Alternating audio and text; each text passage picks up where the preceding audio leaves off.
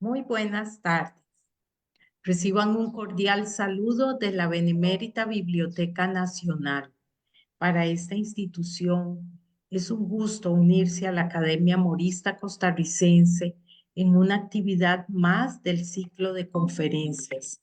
Esta tarde tenemos la conferencia El Destino Manifiesto Ayer y Hoy por don Armando Vargas. Estas actividades permiten ofrecer al público información muy valiosa sobre la campaña nacional. Un agradecimiento al conferencista de esta tarde, a la señora Elizabeth Fonseca, presidenta de la Academia, a la doctora Ana María Botey, coordinadora de la cátedra Juan Rafael Mora, a la máster Carolina Mora, que nos acompaña esta tarde de la Academia Morista, a Leana Solano de la Biblioteca Nacional y Daniel Bonilla de la Academia Morista que nos apoyan con la transmisión y logística de la actividad. Un especial agradecimiento a todos ustedes que nos acompañan en vivo. También un agradecimiento a las personas que posteriormente vean el video de la conferencia que va a permanecer en el Facebook. Esta actividad también va a permanecer en el Facebook de la Academia Morista. A continuación le doy la palabra a la máster Carolina Mora. Buenas tardes. Muy buenas tardes. Para la Academia Morista es un placer presentar al conferencista de hoy, don Armando Vargas Araya, periodista, político, escritor. Fue ministro de Comunicación entre 1982 y 1986, fundador de la Academia Morista Costarricense, escritor prolífico, autor de varias obras de carácter histórico y de gran variedad de otros temas. Fue Premio Nacional de Historia de la Academia de Geografía e Historia de Costa Rica. Tiene la palabra don Armando con su conferencia El Destino Manifiesto Ayer y Hoy.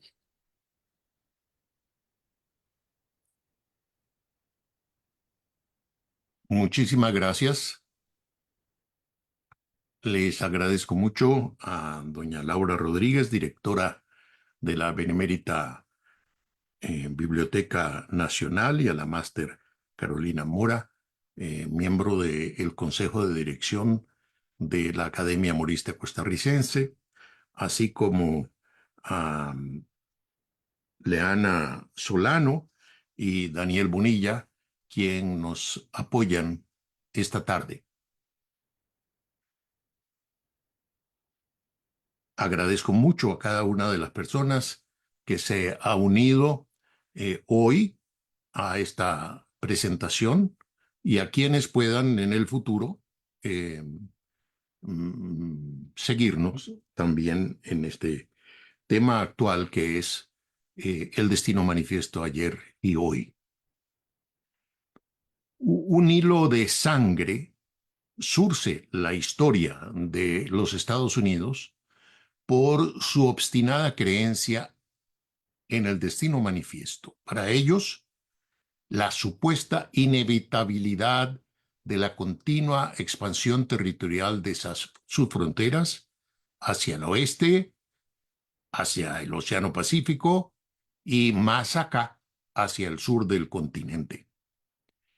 Los peregrinos del Mayflower arriban a las costas de Norteamérica 1620, movidos por la fe religiosa, y dogmatizan que el destino humano está preordinado en el plan de Dios.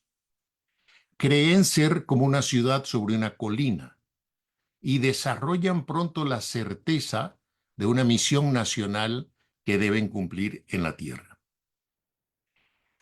Los padres fundadores de la Unión Americana creen que sus dominios deben prolongarse hasta el istmo de Centroamérica o quizá hasta los glaciares de la Patagonia. Desde 1801, Thomas Jefferson considera, cito sus palabras, imposible no prever tiempos distantes cuando nuestra rápida multiplicación nos expandirá más allá de los actuales límites y cubrirá todo el norte, incluso el sur del continente, con una población que hable el mismo idioma, se gobierne de manera similar con leyes semejantes, sin mancha negra ni mezcla racial sobre la superficie. América para los americanos es la suma del principio de política exterior enunciado en 1823 por James Monroe, que reserva el Nuevo Mundo a la exclusiva hegemonía usoamericana, a saber, reino para los demás y carta libre para sí. Filósofos y poetas hacen suya la geofagia insaciable, el hambre por más y más territorio. En su ensayo La joven América, Ralph Waldo Emerson sugiere que si el gobierno no actúa, Estados Unidos debe apoyarse, y estas son las palabras de Emerson, sobre la creciente disposición de aventureros particulares para cumplir sus funciones desatendidas. Igual Whitman escribe, esperamos que los Estados Unidos no aflojen California. ¿Qué tiene el miserable México con sus supersticiones, sus escarnios a la libertad, su actual tiranía de pocos sobre muchos? ¿Qué relación tiene con la gran misión de poblar el Nuevo Mundo con una raza noble, que sea de nosotros el cumplir esa misión? En Nueva York, el periodista John Sullivan acuña en 1854 la irónica expresión destino manifiesto. Son los dientes de leche que le salen a la doctrina Monroe. Es un lema propagandístico, no un programa de acción que establece fines sin especificar medios. Significa expansión como misión providencial sobre un territorio indefinido. Es oportunidad para que otros pueblos se anexen a la Unión Americana por la voluntad o por la fuerza estatal o por una fuerza particular. El evangelio del destino manifiesto implica regenerar razas mestizas en las Américas. Antes de la Guerra de Secesión, que se libró entre 1861 y 1865, el concepto se utiliza para validar las adquisiciones continentales en Oregón, Texas y la guerra colonial de conquista contra México. La compra de Alaska después de la Guerra de Secesión revive brevemente el concepto, pero se convierte en una fuerza renovada de la política exterior usoamericana en la década de 1890, cuando el país entra en guerra con España, se anexiona a Hawái y planifica la construcción de un canal istmico a través de Centroamérica. Y hoy hace apenas 103 días, en pleno siglo XXI, el presidente Trump restablece la vigencia de la perenne creencia.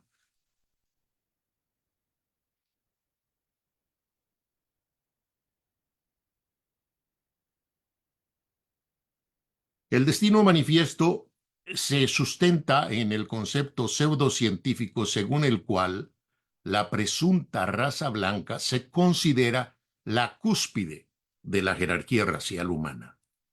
Un teórico alemán sostenía que la raza nórdica desciende de los proto-indoeuropeos, quienes según él habitaban prehistóricamente la llanura del norte de Alemania y podrían haberse originado en la isla perdida de la Atlántida. Un político usoamericano,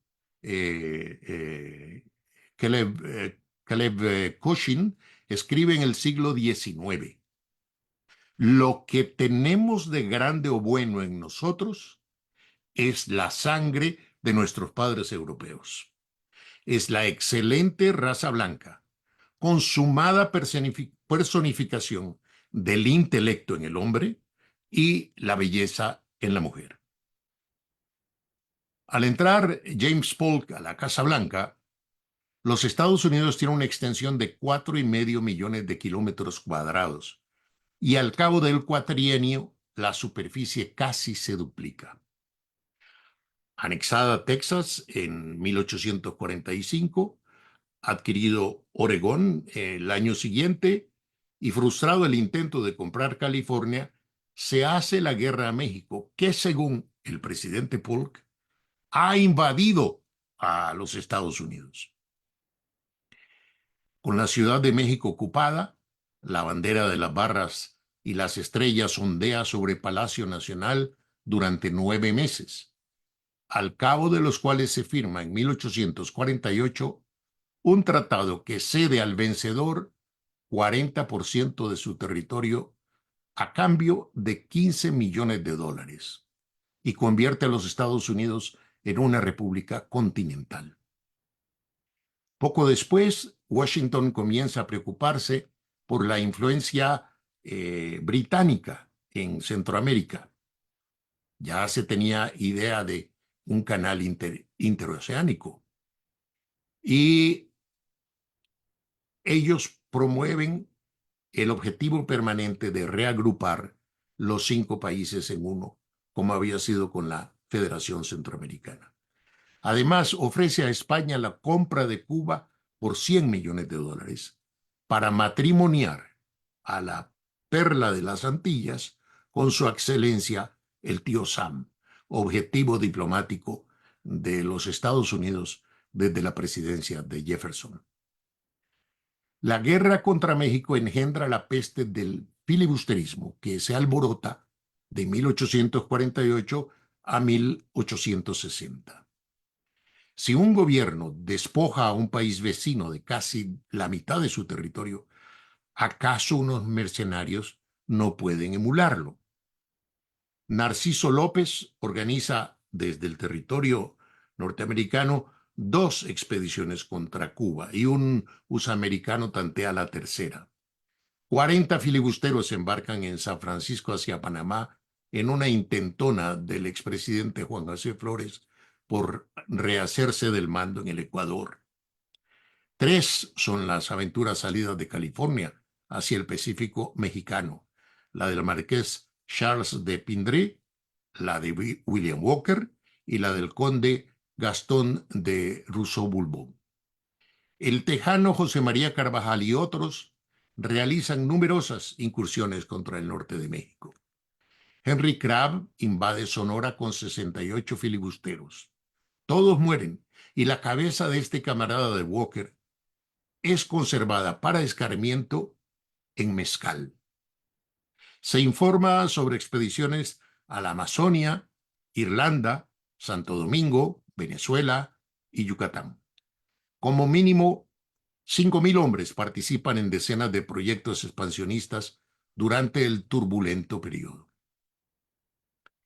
Los Estados Unidos tienen en esa época una personalidad dividida por la controversia de la esclavitud. Las provincias sudistas promueven el expansionismo en su empeño de anexar nuevos territorios esclavos a la Unión Americana.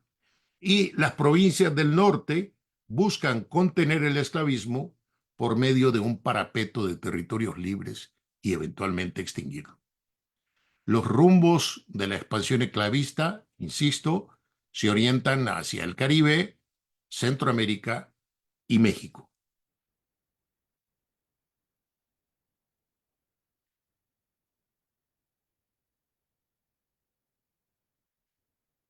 La victoria decisiva de Costa Rica sobre el expansionismo esclavista de los Estados Unidos, el 1 de mayo de 1857, es el hito más prodigioso de nuestra existencia democrática y republicana. De haber imperado el expansionismo USA-americano, habría desaparecido la nación soberana surgida en 1821, o renacida en 1821, porque el ser humano está en territorio de Costa Rica desde hace 12 siglos y medio. A 36 años de la emancipación del imperio colonial español, la República conquista a fuego y sangre nuestra segunda independencia. En la actualidad, nos es posible constatar a plena conciencia el significado histórico del éxito armado, diplomático y político de nuestra joven patria heroica. Con tan esplendoroso laurel, nuestra nación se da a respetar internacionalmente por la repulsión de la embestida militar impelida desde los Estados Unidos. Una derrota ante la agresión hegemónica pudo haber degradado el terreno a la condición de Estado libre asociado en el mejor de los casos. Ser algo más que una colonia, pero algo menos que un país. Y el Día Nacional bien pudo haber sido no el 15 de septiembre, sino el 4 de julio. Y las franjas del tricolor nacional trastornadas en barras y estrellas. El trabajo libre, involucionado en oprobiosa esclavitud. El triunfo de Costa Rica, secundada a partir del 5º mes de la conflagración bélica por el ejército aliado centroamericano, alcanza dimensiones continentales. El imperio del expansionismo esclavista en el espacio circuncaribe hubiera corrido muy al sur la frontera móvil de la Unión Americana. El designio del destino manifiesto era establecer el dominio usamericano sobre el istmo centroamericano hasta Panamá y conquistar luego la península de Yucatán, más los territorios insulares de Cuba y la Española. El efecto dominó o de réplica, a la manera de los fenómenos telúricos, quizá hubiera ampliado ese vasallaje hasta la Patagonia, como proponían los fundadores del experimento divino y mesiánico en América. Aquel éxito geoestratégico refulge hoy en el orbe porque asegura la supervivencia de la cultura latina, la lengua española y la religión católica en el hemisferio occidental. El adversario vencido es el anglosajonismo voraz y su creencia de ser un pueblo separado, innatamente superior, por su sangre antes que por sus instituciones, preordinado para llevar el buen gobierno, la prosperidad comercial y el individualismo protestante a los continentes americanos y, si pudieran, al planeta entero. La hazaña de rendir al filibusterismo protervo y de atajar el expansionismo avaricioso es honra de Costa Rica, de Centroamérica, de las Antillas, de Hispanoamérica y de la latinidad toda. Es el pueblo costarricense, liderado por su presidente Juan Rafael Mora, quien derrota al expansionismo usamericano en la espléndida batalla de Santa Rosa, en la briosa acción de Sardinal, en el heroico combate de Rivas y en las admirables acciones del río San Juan. Las fuerzas expedicionarias de El Salvador, Guatemala y Honduras coadyuvan en la lucha, al igual que muchos combatientes nicaragüenses, pero el que yugula y corta el hilo de la vida a la falange expresionista es el Ejército Nacional de Costa Rica. Por única vez en su trayectoria independiente, los pueblos del Istmo Centroamericano llegan a aliarse todos y a actuar unidos para defenderse de la invasión paraestatal armada. Esa lucha épica despierta la solidaridad de las naciones. En el proceso se vislumbra la unidad de Iberoamérica y quedan plantadas semillas para la fecunda integración continental que se sigue construyendo hoy. La causa contra la esclavitud en Centroamérica, institución legalmente restablecida en el territorio que dominaron temporalmente las tropas invasoras, confiere dimensión universal al enfrentamiento del expansionismo usamericano. En este aspecto, el liderazgo del presidente Mora se aproxima a criterio de académicos y estudiosos, tanto de los Estados Unidos como de otros países, con el de Abraham Lincoln. El uno vence a la esclavitud en la América del Centro. El otro llega a abolirla en la América del Norte. Ambos estadistas civiles van a la guerra por principios éticos y morales en defensa de la dignidad del hombre.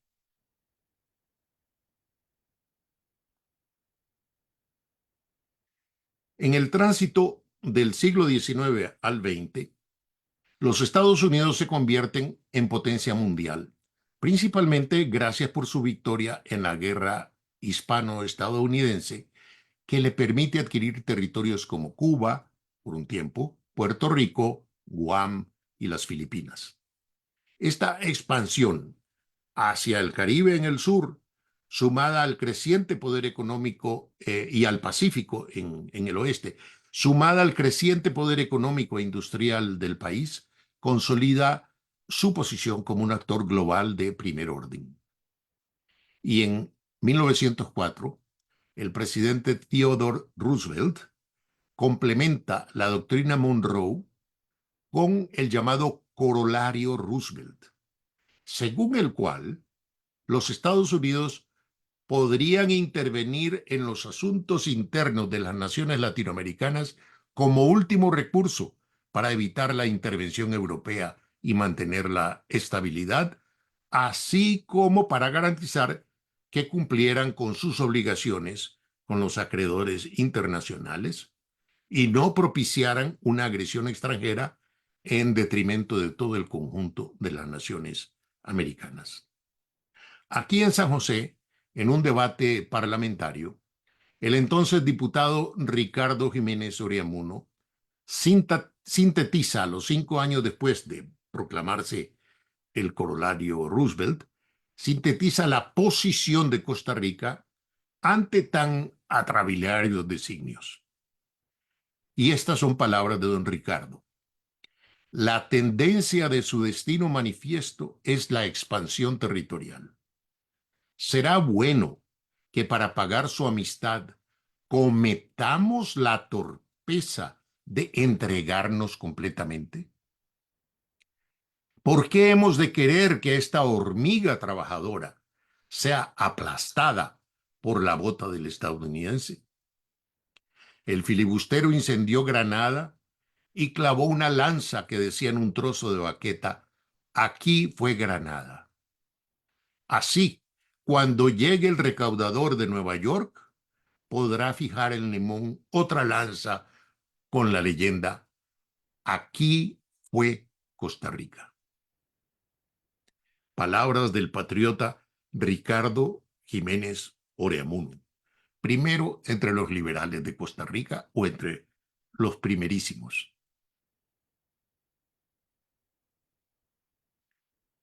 En el siglo XX se multiplican las intervenciones militares de los Estados Unidos que marcan la historia de Latinoamérica. Esa es la etapa del imperialismo, a saber, actitud y doctrina de quienes propugnan o practican la extensión del dominio de un país sobre otro u otros por medio de la fuerza militar, económica o política. La invasión de 1989 a Panamá es la más reciente intervención militar directa de envergadura, arguyendo Washington el tráfico de drogas, el control de fronteras y otros, como renovar su control del Canal de Panamá.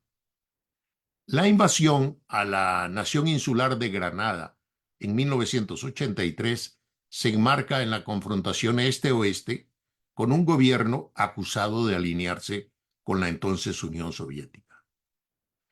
El efecto más claro de esas intervenciones, numerosas más, desde luego, con excepción de los intentos fallidos en Cuba y Nicaragua, ha sido fortalecer a los sectores afines a los Estados Unidos. Pero el impacto general ha sido negativo. Ni más democracia, ni más libertades.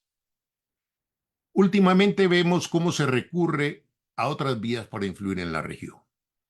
El nuevo argumento es su necesidad de garantizar el alineamiento de los países con su lucha en contra de China.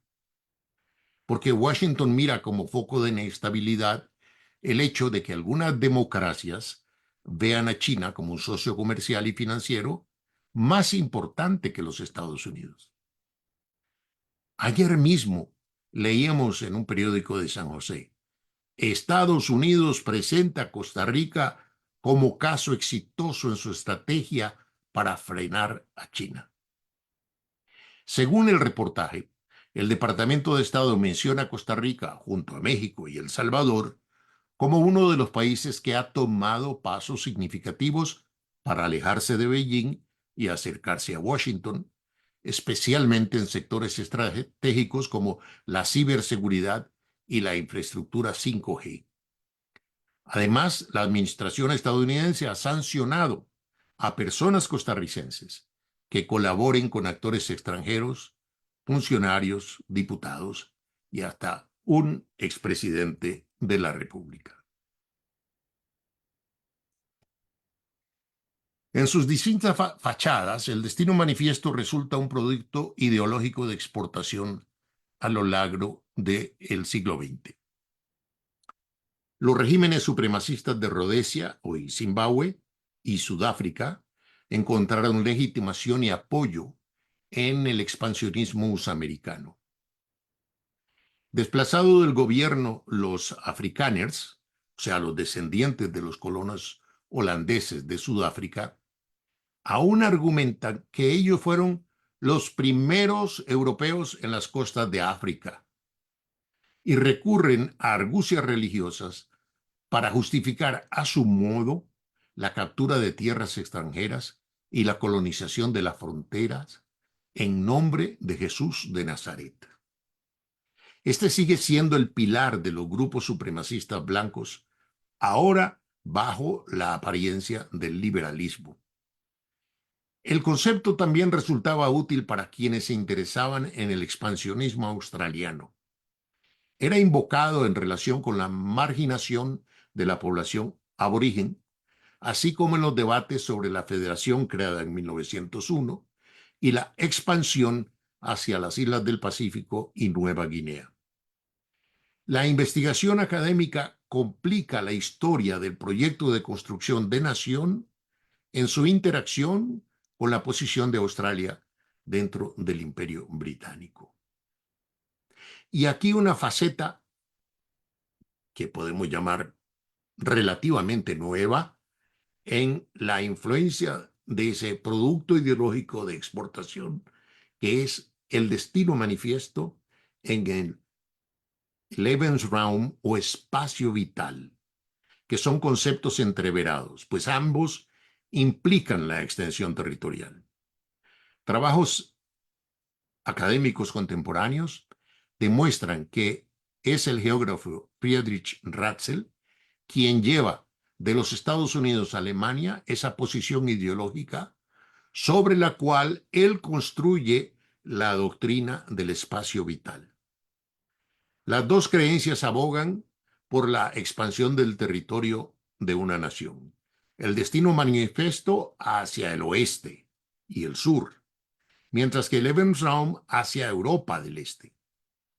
Se utilizan para justificar las conquistas territoriales que los nazis explicaban como una necesidad para la supervivencia y el crecimiento de la raza aria, promoviendo ideas de superioridad racial. Si bien el contexto histórico es distinto en uno y otro caso, la primera noción se basa en la creencia del excepcionalismo estadounidense y la segunda en una ideología racista de supremacía aria más la subyugación o exterminio de otros pueblos. Las implicaciones morales de Lebensraum son vistas como mucho más extremas y reprensibles debido a su asociación con el Holocausto.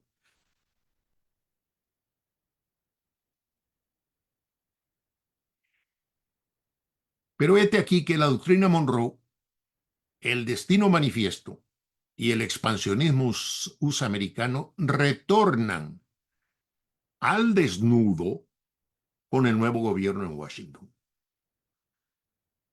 Abro comillas. Fui salvado por Dios para hacer que los Estados Unidos pronto sean más grandes, dijo el presidente Trump en su discurso de toma de posesión hace 103 días. Vamos a recuperar el Canal de Panamá. Los Estados Unidos volverán a ser una nación que expande su territorio. Guiaremos nuestro destino manifiesto hacia las estrellas, lanzando astronautas estadounidenses para plantar la bandera de las barras y las estrellas en el planeta Marte. Y si ustedes ven la fotografía que ilustra ese momento, verán a la derecha a un señor o a una persona que levanta ambos índices, Elon Musk, congratulándose del anuncio que acaba de hacer el presidente. Primera vez en sus 249 años de historia que un presidente usa la frase destino manifiesto en la ceremonia de juramentación. Han ingresado en semanas recientes por vez primera al despacho presidencial de la Casa Blanca 2 retratos.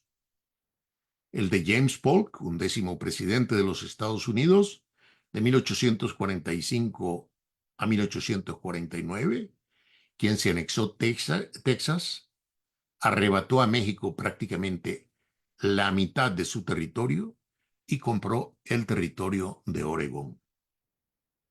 Asimismo, el retrato de William McKinley, 25º presidente de los Estados Unidos, de 1897 a 1901, quien anexó Hawái a la Unión Americana, encabezó la guerra hispano-estadounidense, que se tradujo en la independencia de Cuba y la cesión de España, de las Filipinas, Puerto Rico y Guam.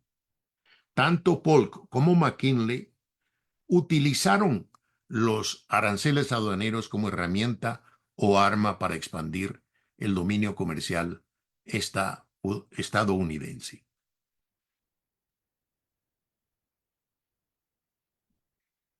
Hasta el momento, así va el nuevo menú del expansionismo americano redivivo. No sabemos cuánto es bla, bla, bla y cuánto será realidad, pero no han pasado apenas 3 meses desde que esto comenzó. En primer lugar, de cualquier manera, adquirir Groenlandia, la isla más grande del mundo. Hace pocos días se comentaba en Washington la posibilidad de una subvención anual de los Estados Unidos por $10,000 para cada habitante groenlandés. Y ya sabemos, porque leemos la prensa, porque vemos la televisión, porque vemos la radio, porque seguimos la actualidad por las redes sociales, la disputa diplomática que hay entre la Unión Europea, pues Groenlandia es un territorio adscrito a Dinamarca, y los mismos daneses en esta lucha por saber qué va a suceder con el destino de Groenlandia.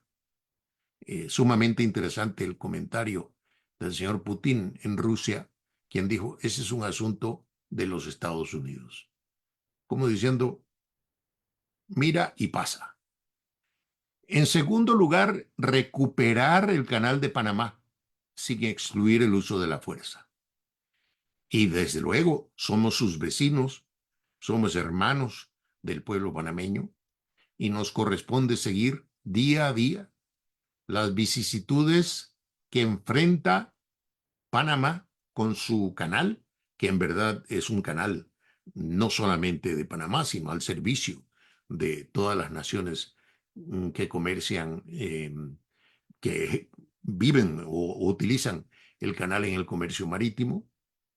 Pero desde luego, estando tan cerca de Costa Rica y habiendo jugado el gobierno de Costa Rica un papel tan noble en todo el proceso de recuperación de la soberanía de Panamá sobre el canal y la zona anexa, desde luego que tenemos que estar con los ojos muy abiertos y muy alertas de lo que pueda acontecer ahí. Fue breve la referencia, en tercer lugar, a la adquisición de la Franja de Gaza para transformarla en la Riviera del Medio Oriente, sin gazatíes. Lo primero era sacar a los habitantes de la franja, mandarlos a otros países y luego hacer unas inversiones privadas para mostrar a otros países del Medio Oriente cómo podrían vivir si aceptaran ese estilo de vida. En cuarto lugar, el cambio del nombre del Golfo de México. En este sentido, la presidenta de México, la señora Sheinbaum, fue muy precisa al reaccionar al anuncio. Y el anuncio fue que, escrito, decía que la plataforma continental de Estados Unidos que da al Golfo de México llevaría por nombre Golfo de América. El resto sigue siendo el Golfo de México.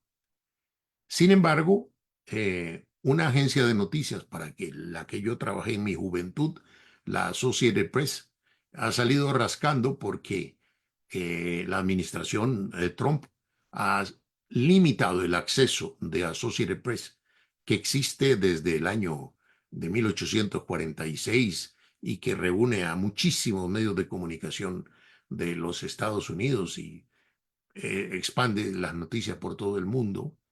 Se ha negado a llamar Golfo de América al Golfo de México y por esa razón le han limitado el acceso al despacho presidencial, al avión presidencial de Estados Unidos, y es una disputa legal que sigue adelante en este momento.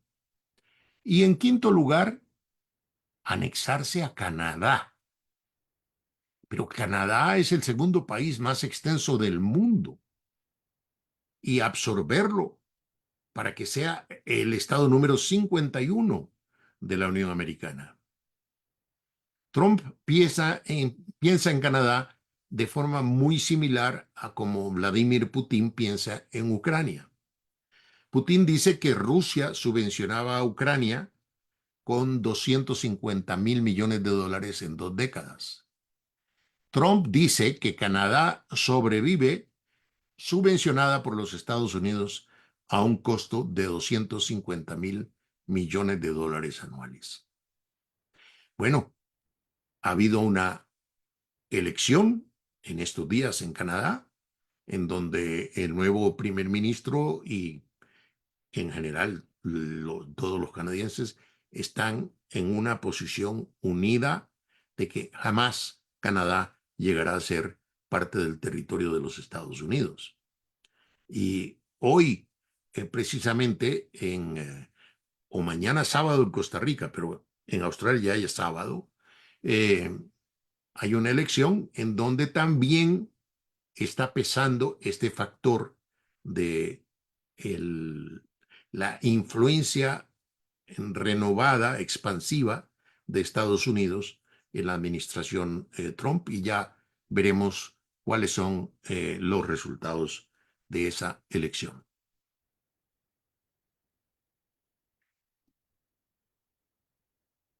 Ya casi terminando, he procurado en esta filmina poner de un lado al ave nacional de Costa Rica y de otro al ave nacional de los Estados Unidos.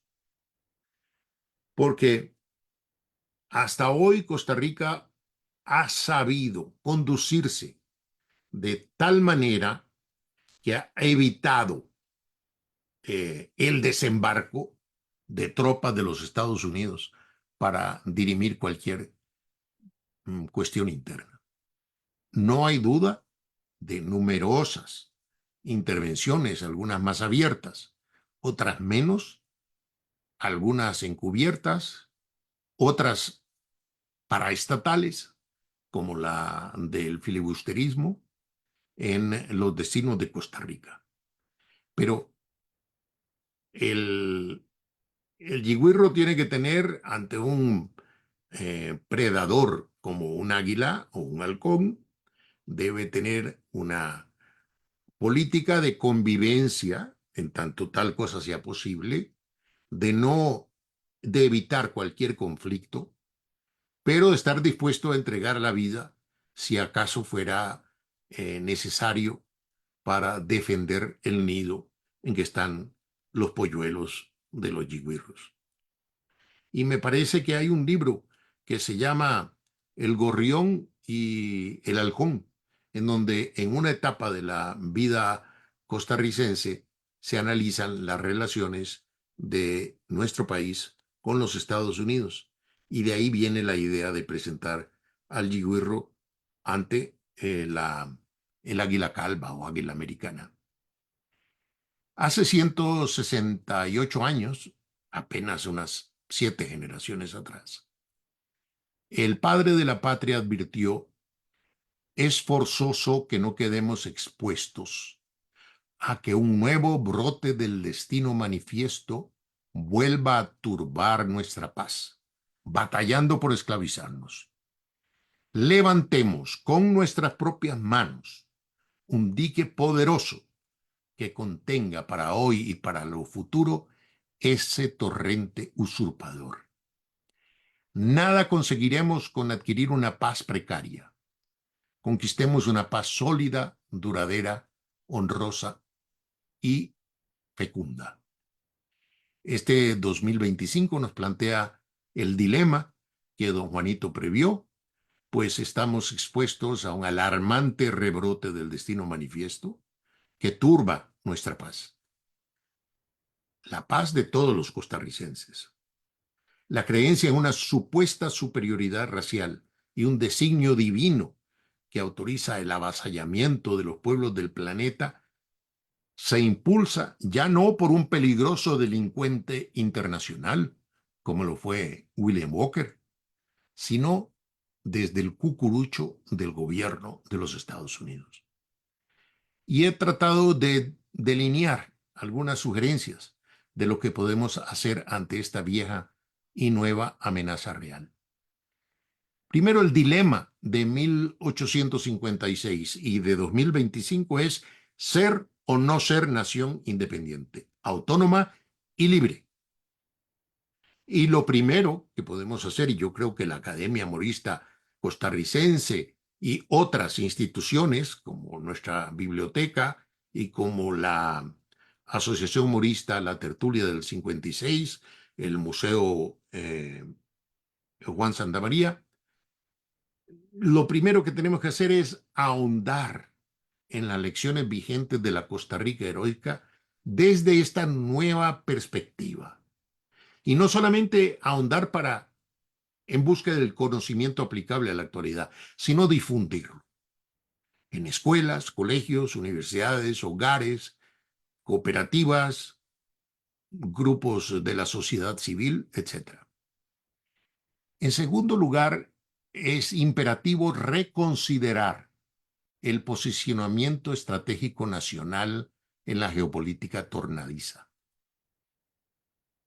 Todos los días estamos leyendo de la prensa europea, la prensa de otros países de América Latina, la prensa asiática, las advertencias de que se está surgiendo un régimen de autoritarismo que pone en jaque al tipo de mundo que teníamos organizado desde la Segunda Guerra Mundial. No es que vamos a cambiar de vecindario, vamos a seguir aquí en Centroamérica, pero ¿cómo vamos a orientarnos ante el mundo? ¿Por qué no repensamos las diversas dimensiones de lo que conviene a nuestro país en un momento de tanta confusión? En tercer lugar, como parte del proceso, consensuar un libro blanco sobre Costa Rica en el mundo.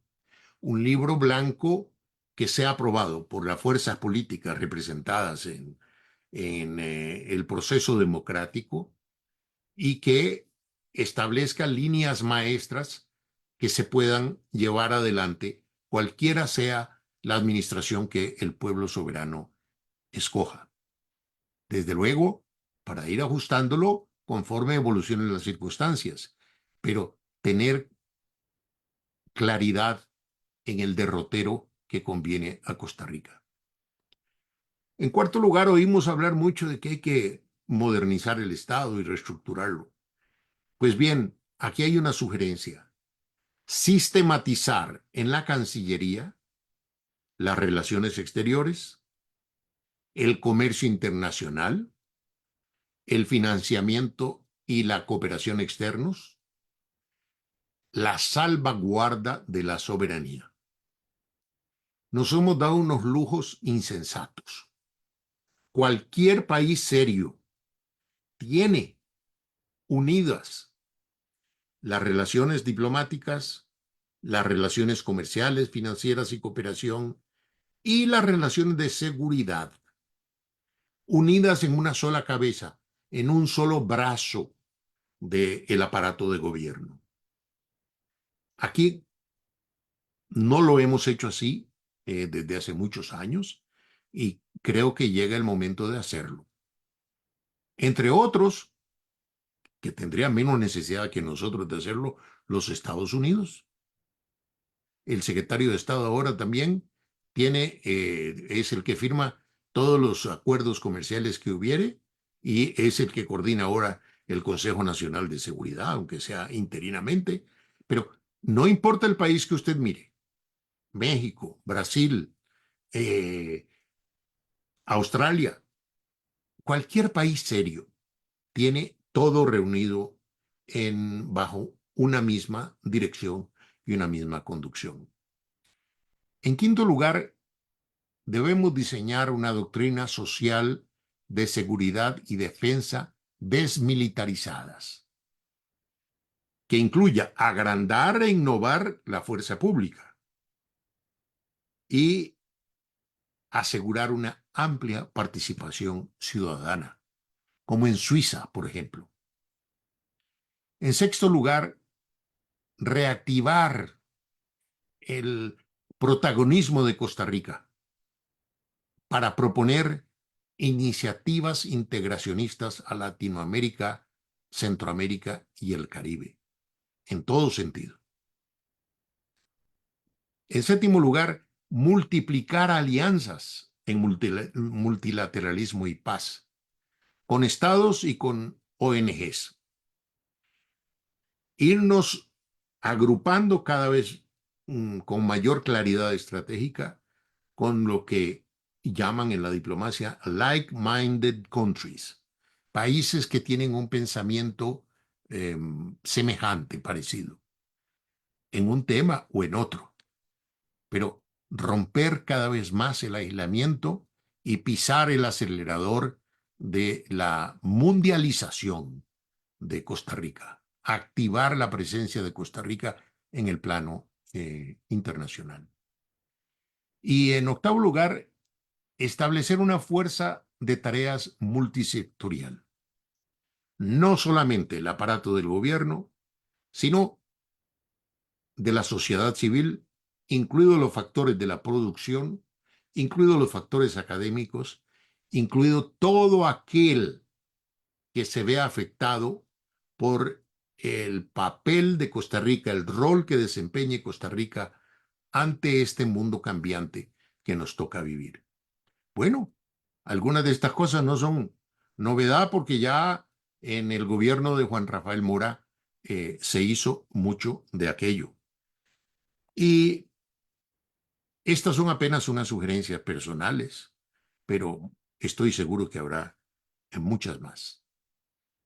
Para finalizar esta presentación, quiero llamar la atención de las personas que tan amablemente nos acompañan a algunos libros que sustentan buena parte de lo que he dicho hoy. En primer lugar, en cuanto al destino manifiesto, está el libro de Anders Stefansson, El destino manifiesto, la expansión de los Estados Unidos en el imperio, Empire of Right, el imperio de lo que es correcto, de lo que es derecho. Ese es un libro relativamente reciente. Y a la izquierda tenemos el de Horstman, La raza y el destino manifiesto, que es un orígenes del anglosajonismo racial norteamericano, que fue publicado en español hace unos años por el Fondo de Cultura Económica. Me atrevo a mencionar que en algunas porciones de mi libro sobre Juan Rafael Mora y la Guerra Patria Centroamericana se habla de estos aspectos geoestratégicos. Es muy importante el libro del doctor May, El submundo del destino manifiesto, eh, el filibusterismo antes de la guerra de secesión en los Estados Unidos. Y un libro un poquito más viejo, pero muy importante, de Ramiro Guerra, el recordado historiador cubano, La expansión territorial de los Estados Unidos. Dos personajes importantísimos han sido el presidente eh, Polk, que está a la izquierda abajo, con esta biografía titulada Un país de vastos designios. Y la otro, el presidente McKinley, arquitecto de la centuria americana, ambos del historiador Robert Merritt.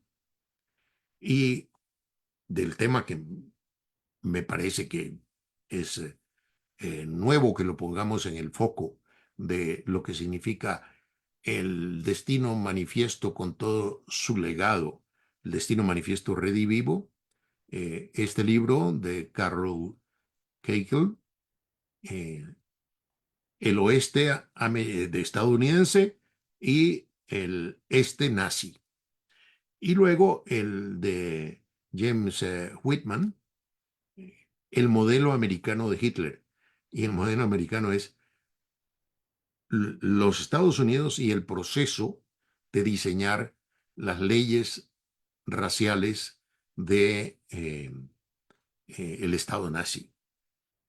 Ambos libros fascinantes, y desde luego que yo los recomiendo con mucho, creyendo que son muy importantes. Bueno, agradezco mucho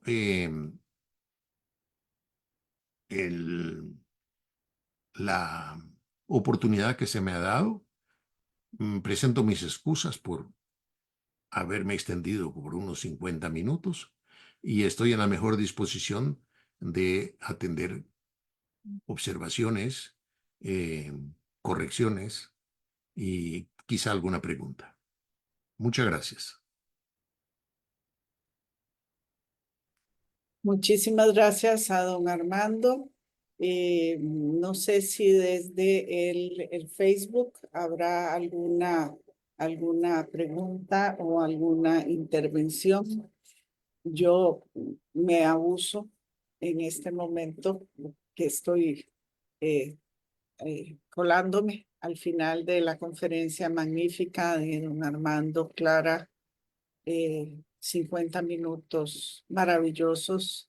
Le agradezco muchísimo porque sé que todo el público de la biblioteca también lo agradecerá.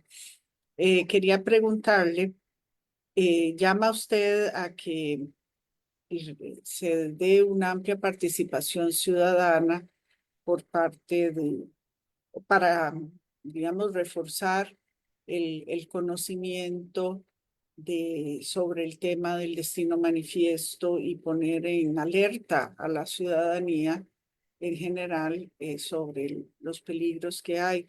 Quería preguntarle si piensa usted que hay en estos momentos cierta inconsciencia de lo que está sucediendo a nivel internacional, tanto de Estados Unidos y bueno, y todo el nuevo modelo de política exterior del gobierno de Donald Trump. Sí, ¿será que la ciudadanía costarricense está perdida, digamos, está desconociendo esta situación? Considero que es una responsabilidad de las personas que deben conducir la formación de la opinión pública, explicar desde con los pies en la tierra, aquí en Costa Rica, qué significa este renacimiento, este resurgir de algo que nosotros hablábamos como algo del pasado y muy antiguo, del siglo XIX y de la mitad del siglo XIX, y que de súbito nos aparece ahora eh, con una fuerza eh, realmente preocupante. Cuando Estados Unidos invadió México en 1846 en una típica guerra colonial de conquista territorial para ampliar la esclavitud, en Costa Rica ya había periódicos, el Costarricense, más adelante el Guerrillero, más adelante eh, la Estrella del Irazú, después la misma Gaceta, el Álbum Semanal, etcétera.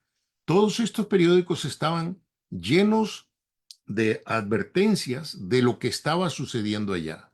Y es así que cuando en 1849 don Juan Rafael Mora llega a la presidencia de la República, inmediatamente ordena levantar un ejército, tarea que le encarga a su hermano.